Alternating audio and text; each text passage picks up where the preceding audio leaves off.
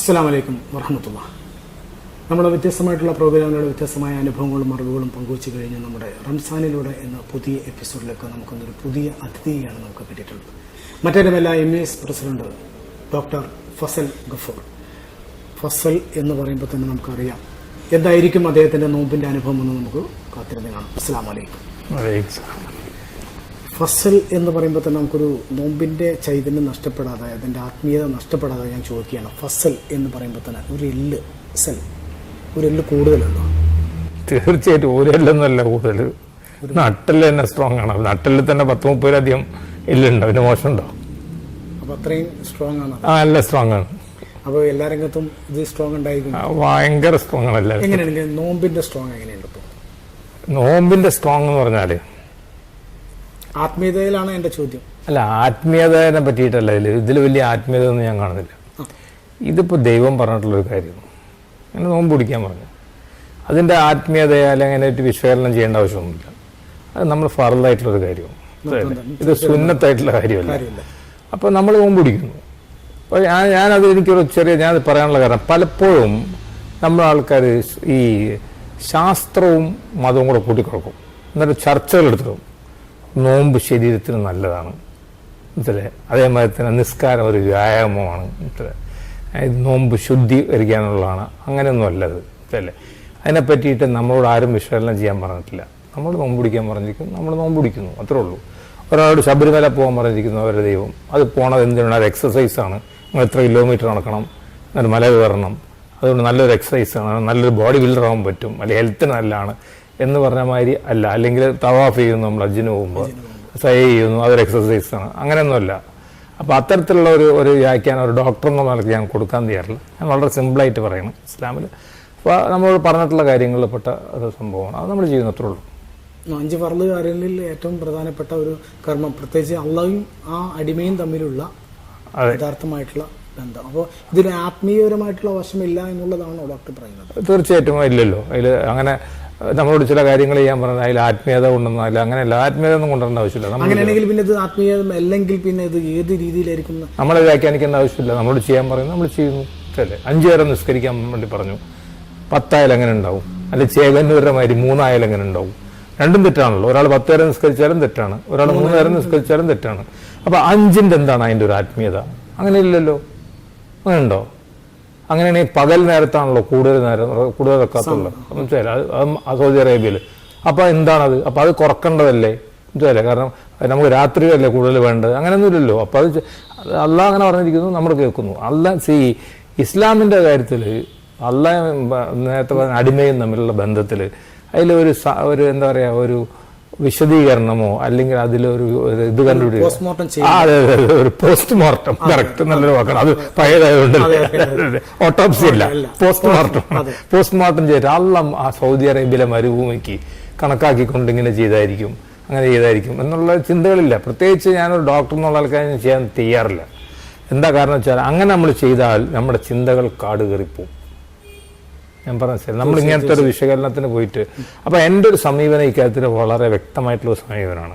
ശാസ്ത്രം ഒരു വഴിക്ക് പോകുന്നു, ഇസ്ലാം വേറെ വഴിക്ക് പോകുന്നു. ഇത് രണ്ടും കൂടെ കൂട്ടി കണക്കാൻ ഞാൻ യോജിക്കാറില്ല. ഒരു ഉദാഹരണം പറയാം. നമ്മൾ എന്താണ് വിശ്വസിക്കുന്നത്? മനുഷ്യൻ അള്ള പറയുന്നു ഉണ്ടാവട്ടെ എന്ന്. അപ്പൊ നീ ഒരു ഇതിൽ നിന്നുണ്ടാവുന്നു, ബീജത്തിൽ നിന്ന്, അല്ലെങ്കിൽ ആയിക്കോട്ടെ ബീജത്തിൽ നിന്ന്, അതിൽ നിന്ന് ഒരു സ്ത്രീയെ ഉണ്ടാക്കുന്നു, മനസ്സിലെ ആണല്ലോ, മനസ്സിലെ. പുരുഷന്റെ വാരിയിൽ നിന്നുണ്ടാക്കിയതാണോ അല്ലേ, അതൊക്കെ വേറെ വ്യാഖ്യാനം.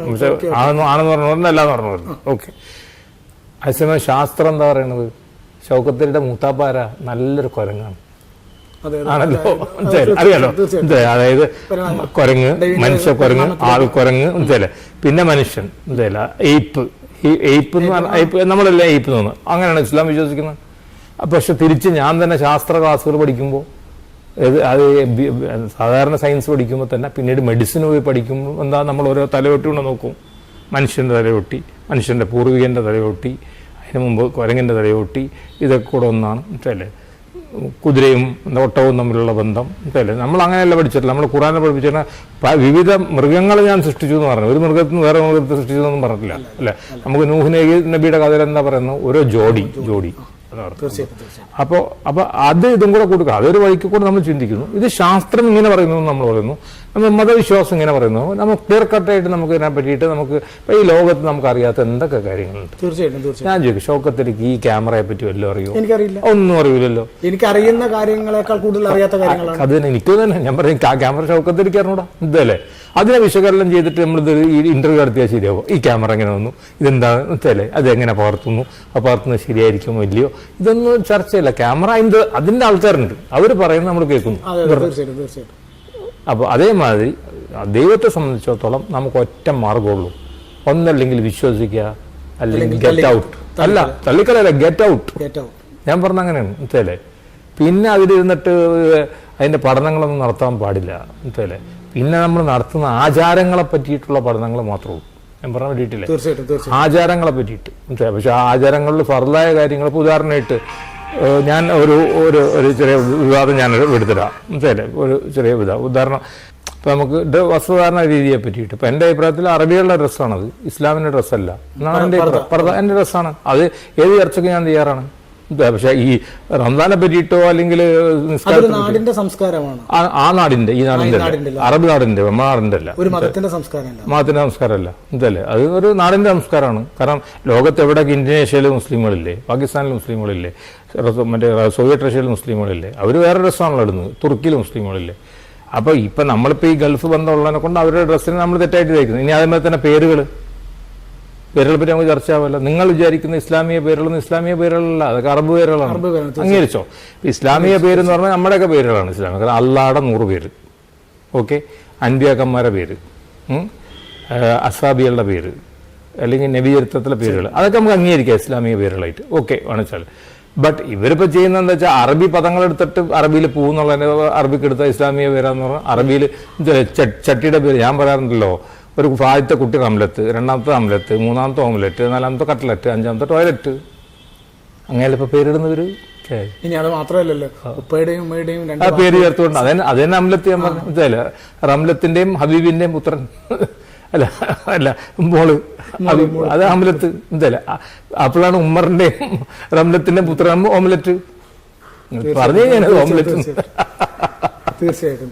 ഉമ്മറിന്റെയും റംലത്തിന്റെയും കുട്ടി ഓംലെറ്റ്, അത് തന്നെ.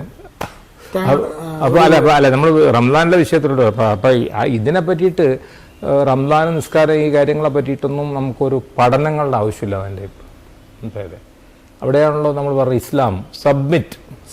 ആ അതായത് ദൈവവാക്യത്തിന് നമ്മൾ സബ്മിറ്റ്, നിർദ്ദേശങ്ങൾക്ക് നമ്മൾ സബ്മിറ്റ് ചെയ്യുക. വീഡിയോ വേറെ നമ്മൾ അതിലോട്ട് പോകേണ്ട ആവശ്യമില്ല.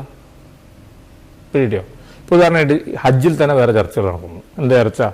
ഇപ്പോൾ ഹജ്ജിന് എന്തൊക്കെ ഒരു ഗുണം ഉണ്ടാവും ഒരു കൂട്ടം ആൾക്കാർ എന്താണെന്ന് പറയുക, പഴയ മാതിരിയാണ് ഹജ്ജ്. ഇപ്പോൾ ഫ്ലൈറ്റിന് പോവുക, എക്സിക്യൂട്ടീവ് ക്ലാസ് പോവുക, അക്ബർ ട്രാവൽസിൻ്റെ 5 സ്റ്റാറിൽ പോവുക, എന്നിട്ട് അവിടെ ഹജ്ജ് നടത്തുക. അപ്പോൾ പണ്ടൊരു മംഗോളിയ എന്നൊരു ഖാൻ വന്നിട്ടുണ്ടാവും ഒട്ടകപ്പുറത്ത്, ഒരു കൊല്ലം യാത്ര ചെയ്തിട്ട് അയാൾ ഹജ്ജ് ചെയ്യുന്നു. ഇതിന് രണ്ടിനും ഒരേ കൂലിയാണോ? നമ്മൾ നോക്കേണ്ട കാര്യമല്ലോ, കൂലി ഒന്നാണല്ലോ, കൂലി നൽകുന്നത് അള്ളാഹു ആണ്. അപ്പോൾ അള്ളാഹു തീരുമാനിക്കും ഈ ഹജ്ജിന് എത്ര കൂലി കൊടുക്കും. പക്ഷെ അങ്ങനെ താങ്കൾ ഈ ചർച്ച ചെയ്യുമ്പോൾ നമ്മൾ ഇതെന്തുകൊണ്ടാണ് ഇങ്ങനെ ഒരു ചിന്ത മനുഷ്യർക്കിടയിൽ, ഇങ്ങനെ ഈ ചർച്ച ചെയ്യപ്പെടുന്നതും ചർച്ച ചെയ്യാതെ വരുന്നതിന് അവസ്ഥ? ചർച്ച ചെയ്യുന്ന അതുകൊണ്ടൊന്നല്ല. ഇപ്പം എന്താ പറ്റി, കാരണം 2 രീതിയിലാണ് പോകുന്നത്. ഒന്നാമത്തെ കാര്യം, പ്രത്യേകിച്ച് ഈ സോഷ്യൽ മീഡിയ കൂടെ വന്നോട് കൂടിയിട്ട്, ഇപ്പോൾ ഒരു ഉദാഹരണം പറഞ്ഞുതരാം. കാന്തപുര അബൂബക്കർ മുസ്ലിയാർ, അദ്ദേഹം മഹാപണ്ഡിതനാണ് അല്ലേ. ഞാനത് അംഗീകരിക്കുന്നില്ല, ഞാൻ അദ്ദേഹത്തിന് വിവാദപ്പെട്ട ആളല്ല, ഞാൻ സുന്നിയല്ല. പക്ഷെ ഞാൻ അയാളോട് തല്ലുടിക്കാൻ പോകുന്നില്ലല്ലോ. ഞാനൊരു മൈക്ക് കെട്ടി തല്ലുടിക്കോ? ഇല്ല. ഞാൻ മുജാഹിദ് വിഭാഗത്തിൽപ്പെട്ടിട്ടുള്ള ആളാണ്. ഞാൻ ഇത് ശക്തനായിട്ടുള്ള മുജാഹിദോ കേന്ദ്ര മെമ്പറൊന്നുമല്ല, ആശയം എൻ്റെതാണ്. ശരിയല്ലേ? അപ്പോൾ നമ്മൾ ഒരു പണ്ഡിതന്മാരോട് പോയിട്ട് നമ്മൾ തല്ലുപിടിക്കുന്നു ചെയ്യൂല. മനസ്സിലല്ലേ? നമ്മുടെ അഭിപ്രായങ്ങൾ പറയും, പണ്ഡിതന്മാരെ തിരിച്ചും പറയും. പക്ഷേ ഇപ്പം എന്താണ് ചീത്ത കാന്തപുരത്തിന് കിട്ടിയിരിക്കുന്നത്? ഈ ഒരാഴ്ച ഫുൾ 2 പേർക്കാണ് തെറി. ഒന്ന് ജയരാജന്, അദ്ദേഹം മുഹമ്മദ് അലി ഒരു സാധുവാണ് തന്നെ, നമ്മുടെ ലോക്കൽ പേരാന്ന് തെറ്റിദ്ധരിച്ചു. ഇപ്പുറത്തെ വശത്ത് കാന്തപുരം ശംസുദ്ദീനെ തോൽപ്പിച്ചില്ല, മജീദിന്റെ കത്ത്. അപ്പം ചീത്ത പറഞ്ഞുകൊണ്ടിരിക്കും. അപ്പോൾ ഞാൻ പറയണെന്താണെന്ന് വെച്ചിട്ടുണ്ടെങ്കിൽ, ഈ സോഷ്യൽ മീഡിയയിൽ കൂടെ വന്നപ്പോൾ കൂടിയിട്ട് വെറുതെ ഓരോരുത്തർ അവരവരുടെ വ്യാഖ്യാനങ്ങൾ എഴുതി അയക്കണം മതപരമായ കാര്യങ്ങളിലൊക്കെ. അവരാരാ? ഒരുത്തിനൊന്ന് ഇത് എഴുതിയാഴ്ക്കും വേറെത്തൻ്റെ വക കുറേ ചീത്ത അങ്ങോട്ട് ഇങ്ങോട്ട്. അത് റോഡിൻ്റെ മുകളിലായിരിക്കണം. മതവും ധർമ്മവും രാഷ്ട്രീയവും എല്ലാം ഇപ്പം റോഡിൻ്റെ മുകളിൽ കിടക്കുകയാണ്. പണ്ട് നമ്മളൊന്ന് ചെറുപ്പത്തിൽ നമുക്ക് ചിന്തിക്കാൻ പറ്റുമോ? ഞാൻ 22 വയസ്സിൽ ഞാൻ പോയിട്ട് അബ്ദുള്ള കോയ മദിനിയെയോ അല്ലെങ്കിൽ ഹുസൈൻ മടവൂരിനെ വിമർശിക്കുമോ? വേണ്ട, അവിടെ ഞാൻ കാന്തപുരത്തിനെ വിമർശിക്കുമോ? വിമർശിക്കൂല. ഇന്ന് നിങ്ങൾ നിർത്തി നോക്കൂ, ചെറിയ ചെറുപ്പക്കാരാണെങ്കിൽ മുഴുവനും ചീത്ത പറഞ്ഞുകൊണ്ടിരിക്കുന്ന മഹാപണ്ഡിതന്മാരെയൊക്കെ. ഏത് വിഭാഗത്തിൽപ്പെട്ടതായാലും പണ്ഡിതനല്ലേ? ആലിക്കുട്ടി മുസ്ലിയാർ പണ്ഡിതനല്ലേ? ബാബു മുസ്ലിയാർ പണ്ഡിതനല്ലേ? നമ്മൾ യോജിക്കാതിരിക്കാം. മറ്റേ ജമാഅത്തെ ഇസ്ലാമിയുടെ സിദ്ദീഖ് ഹസൻ സാഹിബ് പണ്ഡിതനാണ്. അപ്പോൾ ആ പാണ്ഡിത്യം നമ്മൾ അംഗീകരിക്കണ്ടേ? ഇപ്പം നമ്മളാരും കമ്മ്യൂണിസ്റ്റുകാരല്ലോ. പക്ഷേ കമ്മ്യൂണിസ്റ്റ് ആചാര്യന്മാരെ നമ്മൾ അംഗീകരിക്കണ്ടേ? നമ്മൾ അംഗീകരിക്കണ്ടല്ലോ. ഇപ്പം അതല്ലല്ലോ. പിണറായി വിജയനെയും ചീത്ത, ഫസൽ ഗഫൂർ നായാന്ന് എഴുതിയില്ല ഒരാൾ. അത് തന്നെ ആയിട്ട് ഞാൻ ഞെട്ടിപ്പോയി. കാരണം ഇവിടെ അൽസേഷൻ, ഡോബർമാൻ, അല്ലേ, ബുൾഡോഗ്, മറ്റേ ഡോഗ്, ഇതിന് പുറത്തൊരു പുതിയൊരു വംശം, അതിൻ്റെ പേര് ഫസൽ ഡോഗ് എന്ന് പറഞ്ഞിട്ട് ഞാനെന്ത് പറഞ്ഞപ്പോൾ അതിനെതിരായിട്ട് ഇവിടെ മാപ്പിളമാരാവുക അതിലേക്ക് എഴുതി വിടുകയാണ്. അപ്പോൾ ആ ഒരു കാലഘട്ടത്തിൽ നമ്മൾ ആണ് നിൽക്കുന്നത്. അപ്പോൾ എന്തിനെ പറ്റിയിട്ടും ചർച്ച ചെയ്യുക, അതിനെപ്പറ്റി 100 അഭിപ്രായങ്ങൾ ഓരോന്നും എഴുതി വിടുന്നുണ്ടല്ലോ. എന്ത് പറഞ്ഞു? ഓക്കെ, ഏതായാലും നമുക്ക് ചർച്ചയിലേക്ക് തിരിച്ചു വരാം ചെറിയൊരു ഇടവേളയ്ക്ക് ശേഷം. പ്രത്യേകിച്ച് നമ്മളുടെ ഈ നോമ്പ് സിസ്റ്റത്തിന് ഒരു ഗുണമില്ല. എങ്ങനെയാണെന്ന് ഞാൻ പറഞ്ഞത്, 3 നേരമാണല്ലോ നമ്മൾ സാധാരണ ഭക്ഷണം കഴിക്കുന്നത്. ബ്രേക്ക്ഫാസ്റ്റ്. അപ്പോൾ നമ്മൾ പുട്ടിൻ്റെ 2 കഷ്ണം കഴിക്കും അല്ലേ സാധാരണ രീതിയിൽ, അല്ലെങ്കിൽ ഒരു 2 ദോശ, 2 ഇഡ്ഡലി, 3 ഇഡ്ഡലി. ഉച്ചക്ക് നമ്മൾ ലേശം ചോറ് കഴിക്കും, അതിൻ്റെ കൂടെ സാമ്പാർ, എന്തെങ്കിലും ഫിഷ് കറിയും കഴിക്കും. രാത്രി എന്തെങ്കിലും നമ്മൾ കുറച്ച് കനപ്പെട്ടത് കഴിക്കും, ചപ്പാത്തിയും കൂട്ടുകാരൊക്കെ ചോറൊക്കെ ഇട്ടിട്ടുണ്ട്, നല്ലൊരു ഇറച്ചിക്കറി എന്തെങ്കിലും നോൺ വെജിറ്റേറിയൻ നമ്മൾ ആൾക്കാർ കഴിക്കുന്നത്. അതിന് പകരം നമുക്ക് ഈക്വൽ ഇപ്പം നോക്കാം. നോമ്പ് നമ്മുടെ അത്തായം എങ്ങനെയാണ് ഈ ഗൾഫിലേക്ക് അത്തായം? വലിയ ബുഫേണ്. അത് വെട്ടി വീങ്ങണം എല്ലാവരും. എന്ത് ഭക്ഷണം അവർ കഴിക്കുന്നത്? ഒന്ന് മറ്റേ നമ്മൾ നോമ്പ് തുറന്നു കഴിഞ്ഞാൽ അതാണ് ഉച്ചക്കാലത്തെ ഭക്ഷണം. ഉച്ചക്ക് നമ്മൾ ലേശം ചോറും കാര്യങ്ങളൊക്കെ കഴിക്കുന്നതിന് പകരമായിട്ട് ഇവർ കഴിക്കുന്നത് എന്താണെന്നറിയോ? ഉന്നക്ക, മുട്ടമാല, അലീസ, സമൂസ. ഇത് മുഴുവനും പൊരിച്ചതാണ്. നല്ല ഡീപ്പ് ഫ്രൈഡ് ഐറ്റംസാണ്, ഹൈ കൊളസ്ട്രോൾ ഐറ്റമാണ്. ഇതൊന്നും നോർമലി നമ്മൾ കഴിക്കാത്ത കാര്യങ്ങളാണെന്ന് മനസ്സിലാവും. ചില മതസംഘടനകൾ ഓഫ് കോഴ്സ് അവരുടെ ഇഫ്താറിനൊക്കെ തന്നെ നിയന്ത്രണമൊക്കെ കൊണ്ടുവരുന്നുണ്ട്. ഇത്ര കഴിക്കാൻ പാടുള്ളൂ, 2 ഉന്നക്ക പാടുള്ളൂ, 2 സമൂസ പാടുള്ളൂ എന്നൊക്കെ. അത് പോട്ടെ. പക്ഷെ സാധാരണ നമ്മുടെ വീടുകളിൽ നടക്കുന്ന ആരെക്കുറ്റം പറഞ്ഞിട്ട് കാര്യമില്ല. നല്ല വിശപ്പുണ്ടാവും. വിശപ്പുള്ള സമയത്ത് അവരോട് ഫ്രൂട്ട്സ് കഴിക്കാൻ പറഞ്ഞാൽ ആ ഫ്രൂട്ട്സ് കഴിക്കൂല. കുറച്ച് എണ്ണമുള്ള ഭക്ഷണം കഴിച്ചാൽ മാത്രമേ വിശപ്പടങ്ങൂ. ഞാൻ പറഞ്ഞാൽ അങ്ങനെ മനസ്സിലാവും. കുറേ ഫ്രൂട്ട്സ് കഴിക്കുന്നു പറഞ്ഞാൽ നമ്മൾ വെറുതെ നമുക്ക് പറയാം ഫ്രൂട്ട്സ് കഴിക്കുന്നു. അപ്പോൾ ഇത് 1 2 രാത്രി നമ്മൾ വീണ്ടും സാധാരണ മയത്തിന് ഗംഭീര ഭക്ഷണം. പല വീടുകളിലൊക്കെ ഞാൻ കണ്ടിട്ടുണ്ട് ബിരിയാണിയൊക്കെ കഴിക്കുന്നവർ മറ്റേ ഇതിന് നോമ്പ് തുറന്നതിന് ശേഷം രാത്രി ഭക്ഷണം അതല്ലേ കഴിക്കുന്നു. അപ്പോൾ ചുരുക്കി പറഞ്ഞാൽ ടോട്ടൽ കലോറി നമ്മൾ നോക്കുമ്പോൾ നമ്മൾ കൂടുതൽ കലോറി കഴിക്കുന്നു, മോശപ്പെട്ട ഭക്ഷണം കഴിക്കുന്നു, എണ്ണ ഒക്കെ നിറഞ്ഞിട്ടുള്ള ഭക്ഷണങ്ങൾ കഴിക്കുന്നു. അല്ല സാധാരണ എനിക്ക് തോന്നുന്നില്ല ഏതെങ്കിലും ഒരു വീട്ടിൽ സാധാരണ വീട്ടിൽ ചോറും കറിയൊക്കെ കഴിക്കുന്നുണ്ട്. സാധാരണ നമ്മൾ ചെയ്യേണ്ടത് ശരിക്കും വെച്ചാൽ നമ്മൾ എന്താ കഴിച്ചുകൊണ്ടിരിക്കുന്ന ഭക്ഷണം. ഇപ്പോൾ രാവിലെ 2 ദോശയും ഇഡ്ഡലിയുമാണ് കഴിക്കുന്നത്. അതാണ് നമ്മൾ അത്താഴത്തിന് കഴിക്കുന്നത്. കാരണം ഇത് ഉൾട്ടയാക്കണമെന്ന് മാത്രമേ ഉള്ളൂ. ചെറിയൊരു ടൈം ഡിഫറൻസ് മാത്രമേ ഉള്ളൂ. മനസ്സിലെ 2 മണിക്കാണ്. അല്ല നമ്മളൊക്കെ ഉച്ചക്കലത്തെ ഭക്ഷണം കഴിക്കുന്നത് 2 മണി 3 മണിക്കിടയില്ല ഞങ്ങളൊക്കെ രോഗികളൊക്കെ കണ്ടു കഴിഞ്ഞിട്ട്. പിന്നെ അപ്പോൾ അത് മാറി ഒരു 6 മണിയാവുന്നു മാത്രമേ 4 മണിക്കൂർ ഡിലേ വരുന്നു. ബ്രേക്ക്ഫാസ്റ്റ് നമ്മൾ കുറച്ച് മുമ്പ് കഴിക്കുന്നു. സാധാരണ നമ്മൾ 8 മണിക്ക് കഴിക്കുന്നതിന് വരെ നമ്മൾ 5 മണിക്കുള്ളിൽ കഴിക്കുന്നു. ഇതാണ് ഒരു അഡ്ജസ്റ്റ്മെൻറ്റ്. ഭക്ഷണം സെയിം അല്ലേ? ഭക്ഷണത്തിൻ്റെ ക്വാണ്ടിറ്റി സെയിമാണ് ഇത് പറഞ്ഞത്. അതിന് വരെ ക്വാണ്ടിറ്റി കൂടുതൽ. ഞാനൊരു സർവേ നടത്തി വയ്ക്കുന്നു ഒരു 5 കൊല്ലം മുമ്പ്. ഒരു 200 പേഷ്യൻറ്റിൻ്റെ നോമ്പിന് മുമ്പ് നോമ്പിന് ശേഷം വെയിറ്റ് നോക്കി. എല്ലാവരും വെയിറ്റ് കൂടുന്നു. ഏത് ആളുടെ വെയിറ്റാണ് നോമ്പിന് കുറഞ്ഞത്? അതിന് ഹെൽത്ത് വൈസ് നോക്കുകയാണെങ്കിൽ അപ്പോൾ ഭക്ഷണത്തിൻ്റെ ക്വാണ്ടിറ്റി കൂടുന്നു, മോശപ്പെട്ട ഭക്ഷണം കഴിക്കുന്നു. അതാണ്. പിന്നെ വേറെ ഇഷ്യൂസ് ഉണ്ട്. ഇപ്പോൾ ഡയബറ്റിക് പേഷ്യൻറ്റിന് പ്രശ്നങ്ങളുണ്ടാവും, അപസ്മാരമുള്ള രോഗികൾക്ക് പ്രശ്നങ്ങളുണ്ടാവും, മൈഗ്രെയിൻ ഹെഡേക്ക് ഉള്ളവർക്ക് ഉണ്ടാവും. അപ്പോൾ അതൊക്കെ ഉണ്ടാവുന്നതാണ്. അതുണ്ട്, ഇല്ലാതെ കൃത്യനിഷ്ഠ നഷ്ടപ്പെടുന്നു. ശരി, അതുണ്ട്. അപ്പോൾ അതൊന്നും ഇവിടെ നമ്മൾ നോക്കേണ്ട ആവശ്യമില്ല. നമ്മളോടൊരു കാര്യം ചെയ്യാൻ പറഞ്ഞാൽ നമ്മൾ ചെയ്യുന്നെ.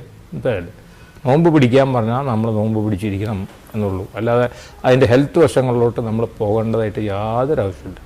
അപ്പോൾ സാർ പറഞ്ഞു തരുന്നത് നോമ്പിൻ്റെ ഇപ്പോഴത്തുള്ള അവസ്ഥ അനുസരിച്ച് ഇപ്പോൾ എടുക്കുന്ന നോമ്പിൻ്റെ പ്രക്രിയ അനുസരിച്ച് ആരോഗ്യപരമായിട്ട് യാതൊരു അല്ല, അവരൊരു കാര്യം ചെയ്താൽ മതി. അവർ ഒറിജിനൽ ഭക്ഷണം കൂടെ കഴിച്ചാൽ അങ്ങനെയാണെങ്കിൽ ഇത് ആരോഗ്യകരമായിട്ട് വരണമെങ്കിൽ ഏത് രീതിയിൽ വേണം? വളരെ സിമ്പിളാണ്. നിങ്ങൾ എന്ത് ഭക്ഷണം അതിനൊരു ഭക്ഷണക്രമങ്ങൾ ഉണ്ടല്ലോ, നിങ്ങൾക്ക് അറിയാലോ. പൊരിച്ചത് ഒഴിവാക്കുക, മറ്റേ നമ്മൾ പറയാറുണ്ട് ചിക്കനാണ് നല്ലത്, ബീഫും മട്ടണും നല്ലതല്ല, അറിയാലോ. അങ്ങനത്തെ മുട്ട കഴിക്കാൻ പാടില്ല, അതൊക്കെ അത് എല്ലാവർക്കും ബാധകമായിട്ടുള്ളത്. ഡയബറ്റിക് രോഗിക്ക് ഡയബറ്റിക് അല്ല വാട്ടവർ, ആ ഇത് തന്നെ നമ്മൾ തുടരാൻ പാടുള്ളൂ. ഞാൻ പറഞ്ഞ ആംഗ്ലസ്, അതായത് നിങ്ങൾ 3 നേരം ഭക്ഷണം കഴിക്കുന്നു, ഇവിടെ നിങ്ങൾ 3 നേരം കഴിക്കുന്നു. സാധാരണയിലുള്ള ഡിഫറൻസിൽ ഒരു ചെറിയ ഡിഫറൻസ് വരുന്നു. 2 മണിക്ക് കഴിച്ചിട്ടുള്ള ഭക്ഷണം സാധാരണ നമ്മൾ 8 മണിക്ക് 9 മണിക്ക് രാത്രി കഴിക്കുന്നതാണ്. 6 മണിക്ക് കഴിച്ചിട്ട് നമ്മൾ 10 മണിക്ക് കഴിക്കുന്നു, കൂട്ടിക്കോ. അപ്പോൾ ചെറിയൊരു difference, adjustment in the time മാത്രമേ ഉള്ളൂ. അതിന് പകരമായിട്ട് not adjustment in the food quantity. അപ്പോൾ എൻ്റെ പേഴ്സണൽ ഒപ്പീനിയൻ വെച്ചാൽ നിങ്ങൾ എന്ത് ഫുഡാണ് നിങ്ങൾ കഴിക്കുന്നത്, നിങ്ങൾക്ക് എന്ത് ഫുഡാണ് പരിചയമുള്ളത്, ആ ഫുഡ് നിങ്ങൾ കഴിച്ചാൽ മതി. എന്താ കുഴപ്പമുള്ള ഉദാഹരണം ഞാൻ പറഞ്ഞുതരാം. അത് ഒരു രസകരമായിരിക്കും അല്ലേ.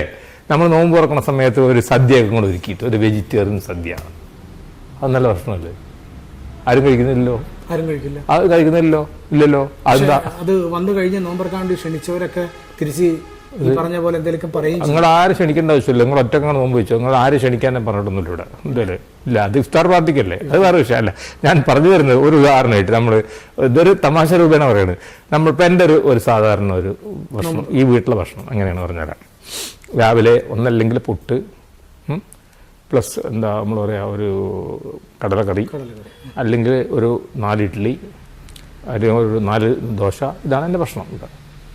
അത് തന്നെ ഞാൻ അത്താഴത്തിന് കഴിക്കുന്നു. ഉച്ചക്കലത്തെ എൻ്റെ ഭക്ഷണം എന്താണെന്ന് വെച്ചാൽ ചോറും ഒരു ഫിഷ് കറിയും ലേശം സാമ്പാർ അല്ലെങ്കിൽ പരിപ്പാണ്, കുറച്ച് വെജിറ്റബിളും. അത് തന്നെ ഞാൻ വൈകുന്നേരം കഴിക്കുന്നു, നമ്മൾ നോമ്പ് കഴിക്കുന്നു. അത് കഴിഞ്ഞിട്ട് രാത്രി നമ്മൾ ചപ്പാത്തിയും.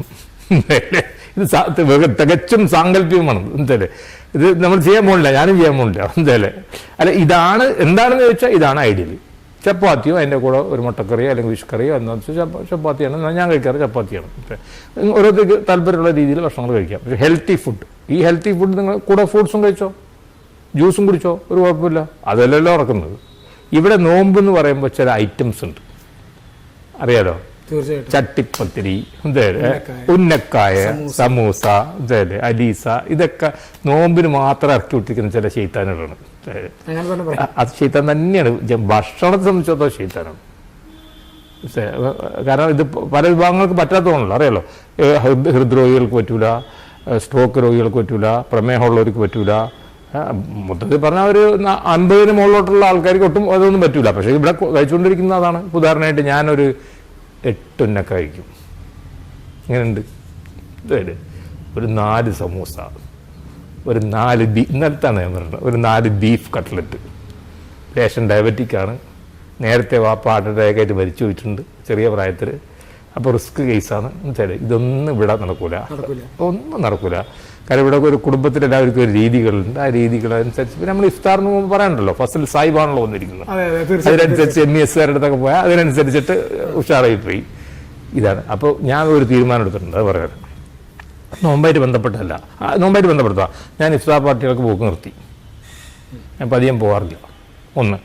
രണ്ടാമത് കല്യാണങ്ങൾക്ക് പോക്ക്, അതോടൊപ്പം തന്നെ പറയണം, കല്യാണങ്ങൾക്ക് പോയാൽ തന്നെ ഞാൻ അവിടെ ഭക്ഷണം കഴിക്കാറില്ല. ഈ ബിരിയാണിയും നെയ്ച്ചോറും ഒക്കെ അവോയ്ഡ് ചെയ്തിട്ട്. അപ്പോൾ കുറച്ചൊക്കെ ഞാൻ അഡ്ജസ്റ്റ് ചെയ്യുന്നുണ്ട് പല കാര്യങ്ങൾക്കും, അവോയ്ഡ് ചെയ്യാവുന്ന. കാരണം കഴിയുന്നിടത്തോളം എൻ്റെ ഭാര്യയുടെ ഭക്ഷണം, കാരണം ഭാര്യ ഈ പറഞ്ഞ ഫാക്ടേഴ്സൊക്കെ നോക്കി സൺഫ്ലവർ ഓയിൽ, മറ്റേ ഓയിൽ ഇതിലൊക്കെ ഉണ്ടാക്കിയിട്ടുള്ളതാണ് ഭക്ഷണം ഉണ്ടാക്കുന്നവർ. കെയർഫുള്ളായിട്ട്, അധികം എണ്ണയില്ലാത്ത, അല്ലേ, വല്ലാതെ ഡീപ്പ് ഫ്രൈ ചെയ്യാതെ താളിച്ചിട്ട്, അറിയാലോ, ആണ് ഭക്ഷണം ഉണ്ടാക്കുന്നത്. അപ്പോൾ ആ ഭക്ഷണമാണ് നല്ല. അപ്പോൾ ഞാൻ പറയുന്നത്, ഇതിപ്പോൾ ഒരു ഭയങ്കര ഒരു ഉത്സവമായിട്ടൊന്നും കൊണ്ടുവരേണ്ട ആവശ്യമില്ല. ഇതിനൊരു എന്താ പറയുക, നമ്മൾ പറയാറുണ്ടല്ലോ, ഒരു സംഭവമാക്കി മാറ്റിക്കൊണ്ട്, നോമ്പ് തുറയുന്ന സംഭവമാക്കി മാറ്റി ആവശ്യമില്ല. സാധാരണ നോർമലായിട്ട് അങ്ങനെ ഞാൻ മനസ്സിലാക്കിയോളം ഇതൊരു മഹാ ഉത്സവമൊന്നുമല്ലോ, അല്ലല്ലോ, അല്ല എന്തല്ലേ നമ്മുടെ അല്ല, അതെ, കുംഭമേളയൊന്നുമല്ലോ, എന്തായാലേ, അല്ല. ഇത് വ്യക്തിപരമായിട്ട് നിങ്ങൾ അനുഷ്ഠിക്കേണ്ട ഒരു കാര്യമാണ്. അവിടെ പറഞ്ഞിട്ടൊന്നുമില്ല. ഇഫ്താർ നടത്താൻ പറഞ്ഞോ നടത്താൻ ഇഫ്താർ പാർട്ടി, അത് സോണിയാഗാന്ധി നടത്തുന്നു. അല്ല, രാഷ്ട്രീയ ഇഫ്താറാണ് പറഞ്ഞത്. സോണിയാഗാന്ധി ഇഫ്താർ നടത്തുന്നു, മോദി നടത്താൻ കൂട്ടാക്കുന്നില്ല, അതല്ലേ, അതും വേണ്ടെന്ന് പറഞ്ഞു. ചില മോദിക്ക് മുസ്ലിമോട് സ്നേഹം കൂടുതലായതുകൊണ്ട് അവർ ഹെൽത്തിൽ മോശമുണ്ടാന്ന് വിചാരിച്ചിട്ടായിരിക്കും ഇഫ്താർ വേണ്ടെന്ന് പറഞ്ഞു.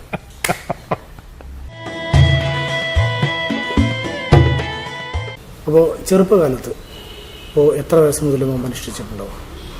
ഞാനൊരു 10 വയസ്സ്. എന്താ കാര്യം എന്ന് വെച്ചാൽ, എൻ്റെ വാപ്പ കുറച്ചൊക്കെ ശാസ്ത്രീയമായിട്ട് ചിന്തിക്കുന്നതാണ്.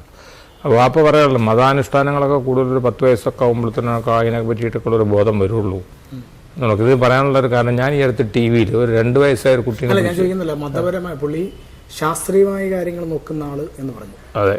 പക്ഷേ നോമ്പെടുക്കുന്നത് ശാസ്ത്രീയമാണ്. അത് അങ്ങനെയല്ല. അതിൻ്റെ ഏത് പ്രായത്തിലൊരു കുട്ടി എടുക്കണം എന്നുള്ളതിനെ പറ്റി ഇപ്പോൾ ഉദാഹരണം ഞാൻ പറഞ്ഞുതരാം. ഒരു കുട്ടിയെ മതപഠനം ഏത് ക്ലാസ്സിൽ നിന്ന് തുടങ്ങണം എന്നൊരു ചോദ്യം പറഞ്ഞിട്ടുണ്ടല്ലോ അല്ലേ? അതേമാതിരി. അപ്പോൾ ഞാനിത് പറയാനുള്ള കാരണം എന്താണെന്ന് വെച്ചിട്ടുണ്ടെങ്കിൽ ഒരു കുട്ടി 2 വയസ്സായ ഒരു കുട്ടി 30 ദിവസം നോമ്പ് നോറ്റു എന്ന് പറഞ്ഞിട്ട് ടി വിയിൽ കാണിച്ചു, ഒരു മഹാസംഭവമായിട്ട്. അത് വെറും പോക്കിരുത്തലാണ് എൻ്റെ പറയുന്നത്. പിന്നെ തീർച്ചയായിട്ടും അപ്പോൾ അത് വെറും പബ്ലിസിറ്റി. നമ്മളെന്താ മുന്തിയ ആൾക്കാരാണ്, അങ്ങനെയൊന്നുമില്ലല്ലോ. അതിപ്പോൾ ചില ആൾക്കാരുണ്ട്, ഞാൻ 5 നേരം നിസ്കാരം, പിന്നെ മൂപ്പരമൊക്കെ ഒരു 5 നേരം നിസ്കാരം സുന്നത്തായിട്ട്. അത് ഇസ്ലാമിൻ്റെ ബേസിക് ഫണ്ടമെന്റലിസ്റ്റിന് കത്തിവെക്കലാണ് അഡീഷണലായിട്ട് നിസ്കരിച്ചുകൊണ്ടിരിക്കുന്നത്. കാരണം വെച്ചാൽ പിന്നീട് എല്ലാവരും അവർക്ക് തോന്നിയ രീതിയിലാക്കൂലേ നിസ്കാരങ്ങളൊക്കെ. നമ്മളോട് എന്താ പറഞ്ഞിരിക്കുന്നത് അത് ചെയ്താൽ മതിയല്ലോ. ഇത് ഞാൻ ടി വിയിൽ കണ്ടാണ് കേട്ടോ, വലിയ നമ്മുടെ ഏഷ്യാനെറ്റിലെന്തോ കണ്ടാണ്. അപ്പോൾ എൻ്റെ ഒരു ഓർമ്മ വെച്ചാൽ 10 വയസ്സ്, എൻ്റെ ഓർമ്മ വെച്ചിട്ടാണ് ഞാൻ പറഞ്ഞത് 10 വയസ്സ്. കാരണം ഞങ്ങൾ മദ്രസയിൽ പോയിട്ടുണ്ടല്ലോ, ഞങ്ങളുടെ കാലത്ത് മദ്രസയിൽ പോകുന്നുണ്ട്. അപ്പോൾ ഞങ്ങളൊക്കെ കുട്ടിക്കാലത്ത് മദ്രസയിലൊക്കെ പോയിട്ടുണ്ട്. അപ്പോൾ അന്നൊക്കെ എനിക്ക് തോന്നുന്നത് 10 വയസ്സാണ് അത് കണക്കാക്കാറ്. അതേമാതിരി തന്നെ ഈ മാർക്കത്തിൻ്റെ കാര്യം അങ്ങനെ തന്നെയാണ്. എന്നോടൊന്ന് പലരും പറയാറുണ്ട് അതൊരു മാർക്കത്തിന് സമയമില്ല. ഞാൻ കുഴപ്പമൊന്നുമില്ല, 10 വയസ്സ് വരെയൊക്കെ ആയിക്കോട്ടെ. അപ്പോൾ എന്താണെന്ന് നമ്മുടെ പീഡിയാട്രിക് എന്ന് പറയാൻ ഞങ്ങളുടെ അഭിപ്രായത്തിൽ ഡിപ്പാർട്ട്മെൻറ്റ് 12 വയസ്സാണ്. പീഡിയാട്രിക് ഡിപ്പാർട്ട്മെൻറ്റിന് ഗവൺമെൻറ്റിന് കണക്കാണല്ലോ ആരാണ് കുട്ടി. ഒരു കുട്ടി ആരാന്ന് ചോദിച്ചാൽ ശരിക്കും ഇത് വരെ അഡോളസൻസ് ആയി കഴിഞ്ഞാൽ ആ കുട്ടി മാറുള്ളൂ, അറിയാലോ, മനസ്സിലല്ലേ? അപ്പോൾ ആ പ്രായം എന്നുള്ളൊരു കണക്കാണ് വെച്ചിട്ടുള്ളത്. അപ്പോൾ അത് എല്ലാവരും ഈ പറയുന്ന വിവാഹത്തിന്റെ കാര്യം പറഞ്ഞ മാതിരി ഇത് 18 അതോ പ്രായപൂർത്തി ആയതിനു ശേഷമാണോ കല്യാണം എന്നുള്ള ചില ചോദ്യങ്ങൾ അതിൽപ്പെട്ടൊരു ചോദ്യം. ഇതിലൊന്നും വളരെ വ്യക്തമായിട്ടുള്ള വ്യാഖ്യാനങ്ങളൊന്നുമില്ല. കുട്ടികളെ ഒഴിവാക്കിയിരിക്കുന്നു എന്ന് മാത്രമേ ഉള്ളൂ. അപ്പോൾ നമ്മുടെ ഒരു കണക്കൂട്ടുള്ളൊരു 10 വയസ്സ് ഓക്കെ എന്നുള്ളതാണ് ഞാൻ മനസ്സിലാക്കുന്നത്. അപ്പോൾ ഈ 10 വയസ്സ് കാലഘട്ടത്തിൽ ആണെന്ന് എനിക്ക് ഓർമ്മയുണ്ട്. പക്ഷേ അതിന് മുമ്പേ ഞാൻ ഈ മതപഠനത്തിന് പോയതായിട്ട് എനിക്ക് ഓർമ്മയുണ്ട്. കാരണം ഞാൻ സ്കൂളിലൊക്കെ പോകുമ്പോൾ പോയിട്ടുണ്ട്. ആ കാലഘട്ടങ്ങളിൽ നോമ്പനുഷ്ഠിക്കുമ്പോൾ ഈ പറഞ്ഞ പോലെ ദാഹവും അതുപോലെ തന്നെ ഭക്ഷണമൊക്കെ വെടിഞ്ഞുകൊണ്ടാണല്ലോ. അപ്പോൾ അങ്ങനെയാണെങ്കിൽ നമ്മൾ നേരത്തെ പറഞ്ഞ ചർച്ചയിലേക്ക് തിരിച്ചു വരികയാണ്. ഇത്തരത്തിലൊരു കർമ്മം എന്തിന് എന്നൊരു ചിന്ത ഉണ്ടായിട്ടുണ്ടോ പിൽക്കാലത്തോ അല്ലെങ്കിൽ ആ കാലത്തോ? കാരണം സഹനത്തിൻ്റെ ഒരു മാസമാണ്, സഹനത്തിൻ്റെ ഒരു കർമ്മമാണ്. അതാണ് ഞാൻ പറഞ്ഞു വരുന്നത്. ഞാൻ പറയുന്നത് ഇപ്പോൾ ശാസ്ത്രീയമായിട്ടൊരു പ്രോബ്ലം ഉണ്ടാവും. നിങ്ങൾ ശാസ്ത്രപരം പാവപ്പെട്ടവൻ്റെ വിശപ്പിൻ്റെ വെളി അറിയാനാണെങ്കിൽ ഒരു ചോദ്യം പറയുന്നുണ്ട്, പിന്നെ എന്തിനാ പാവപ്പെട്ടവൻ നോമ്പെടുക്കുന്നു? 6 പട്ടിണിയിലുള്ള ഒരാൾ നോമ്പെടുക്കുന്നുണ്ടല്ലോ, എല്ലാ മുസ്ലിമും നോമ്പെടുക്കുന്നുണ്ടല്ലോ, ഉണ്ടോ? അതിൽ എന്താ പട്ടിണി കിടക്കുന്നവനെ നോമ്പെടുക്കുന്നുണ്ട്. അപ്പോൾ അതല്ല, അത് മാത്രമല്ല, ദൈവം എന്തോ ഒരു ഇതുകൊണ്ട് നിങ്ങളോട് ചെയ്യാൻ പറഞ്ഞു, നിങ്ങൾ ചെയ്യുന്നു, അത്രേ ഉള്ളൂ. അല്ലാതെ ഇന്ന കാരണം കൊണ്ടാണ് മറ്റേ കാരണം കൊണ്ടാണെന്നുള്ള ആ വിഷയം അല്ല. അത് പറഞ്ഞിട്ടുണ്ടായിരുന്നു, നിങ്ങൾ പാവപ്പെട്ടവൻ്റെ പട്ടിണി അറിയാനും അതുമാതിരി തന്നെ നിങ്ങൾക്കൊരു ഇത് ഒരു ഈമാൻ വരാനും അത് ഞാൻ അംഗീകരിച്ചു. പക്ഷെ വീണ്ടും അതിൽ പോയിട്ട് അത് അങ്ങനെ അല്ല, അങ്ങനെയാണെന്ന് പറയുമ്പോഴുള്ള ഈ ചർച്ച എപ്പോഴും എന്താ ഉണ്ടാവുന്നത്? നമ്മുടെ പണ്ഡിതന്മാരെ നമ്മുടെ തർക്കം പറഞ്ഞവിടെ ഹദീസിനെ പറ്റി അറിയാലോ. നിങ്ങൾക്ക് ഖുറാനെ പറ്റിയിട്ട് തർക്കമല്ലല്ലോ, ഹദീസിനെ പറ്റിയാണല്ലോ തർക്കം. അപ്പോൾ ഇതുമായിട്ടുള്ള ചോദ്യങ്ങൾ ചിലപ്പോൾ ചോദിക്കും. അപ്പോൾ അതിന് മറുപടി അങ്ങനെയല്ല ഇങ്ങനെയല്ല എന്ന് പറഞ്ഞപ്പോൾ ആ തർക്കത്തിലോട്ട് നമ്മൾ പോകണില്ല. നമ്മുടെ പോയിന്റ് ഇത്രയേ ഉള്ളൂ. അങ്ങനെ പറഞ്ഞിട്ടുണ്ട്, അപ്പോൾ നമ്മൾ ചെയ്യണം. ഞാൻ പറയുന്നതല്ല കേട്ടോ, പറയാം പാവപ്പെട്ട ആൾക്കാർ നമ്മൾ ചില തർക്കങ്ങളെ പറ്റിയിട്ട് നമ്മൾ കാണുന്ന തർക്കങ്ങൾ നമ്മൾ ഈ വാഗ്വാദങ്ങളുണ്ടല്ലോ, വെറുതെ വേണ്ടാത്ത കാര്യങ്ങളെ പറ്റിയിട്ട്, അതിനെ പറ്റിയിട്ട് ഞാൻ പറഞ്ഞത് മാത്രമേ ഉള്ളൂ. നമ്മളെ സംബന്ധിച്ചത് എനിക്ക് വളരെ വ്യക്തമായിട്ടുള്ള കാഴ്ചപ്പാടുള്ളത്, ശാസ്ത്രം വേറെ, മതം വേറെ, വിശ്വാസം വേറെ. വിശ്വാസപ്രകാരം നിങ്ങൾ മുസ്ലിമായിട്ടിരിക്കുന്നിടത്തോളം കാലം ഇസ്ലാം മതത്തിൽ പറഞ്ഞ കാര്യങ്ങളൊക്കെ നിങ്ങൾ ചെയ്യുന്നു, അത്രേ ഉള്ളൂ. അത് എന്തിനു ചെയ്യുന്നു, അങ്ങനെ ചെയ്യണം, അത് നിങ്ങൾ പഠിക്കണം, നിങ്ങൾ വായിക്കണം, അത് വേറെ വിഷയം. പിന്നെ എന്താ ഗുണം എന്ന് വെച്ചാൽ ഒരു വലിയൊരു ഗുണമുണ്ട്, ഫിത്തനയും ഫസാദും കുറയുമല്ലോ. വലിയ സംഭവമല്ലേ. ഇന്ന് മുസ്ലിങ്ങളുടെ ഇടയിൽ ഏറ്റവും വലിയ പ്രശ്നം എന്താ? കള്ളുകൂടിയൊന്നുമല്ല, ആണോ? വ്യഭിചാരമാണോ? അല്ല.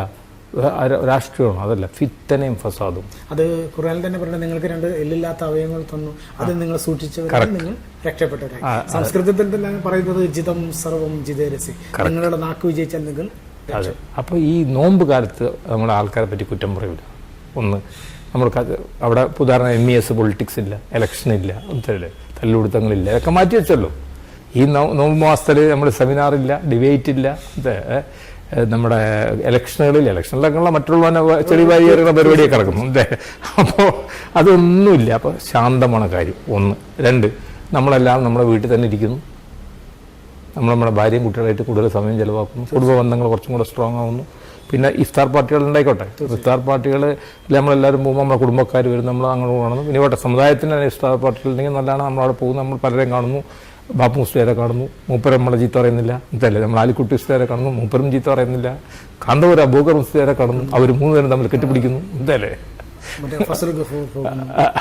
അതെ പറയുന്നത് ഞാൻ പറഞ്ഞു വരുന്നത്, ആ സമയത്ത് എല്ലാവരും കൂടെ ഒരു സൗഹാർദ്ദം പങ്കെടുക്കും. ഒരു മാസത്തിലെങ്കിലും നമ്മൾ സൗഹാർദ്ദം പങ്കെടുക്കുന്നു. 1, 2, 3 നമ്മുടെ കച്ചവടങ്ങളൊക്കെ ഏറെ നമ്മൾ നിർത്തി വെക്കുന്നു. മറ്റൊരു കച്ചവടം മുസ്ലിങ്ങൾക്ക് മുഴുവനും കച്ചവടം മനസ്സിലാണല്ലോ.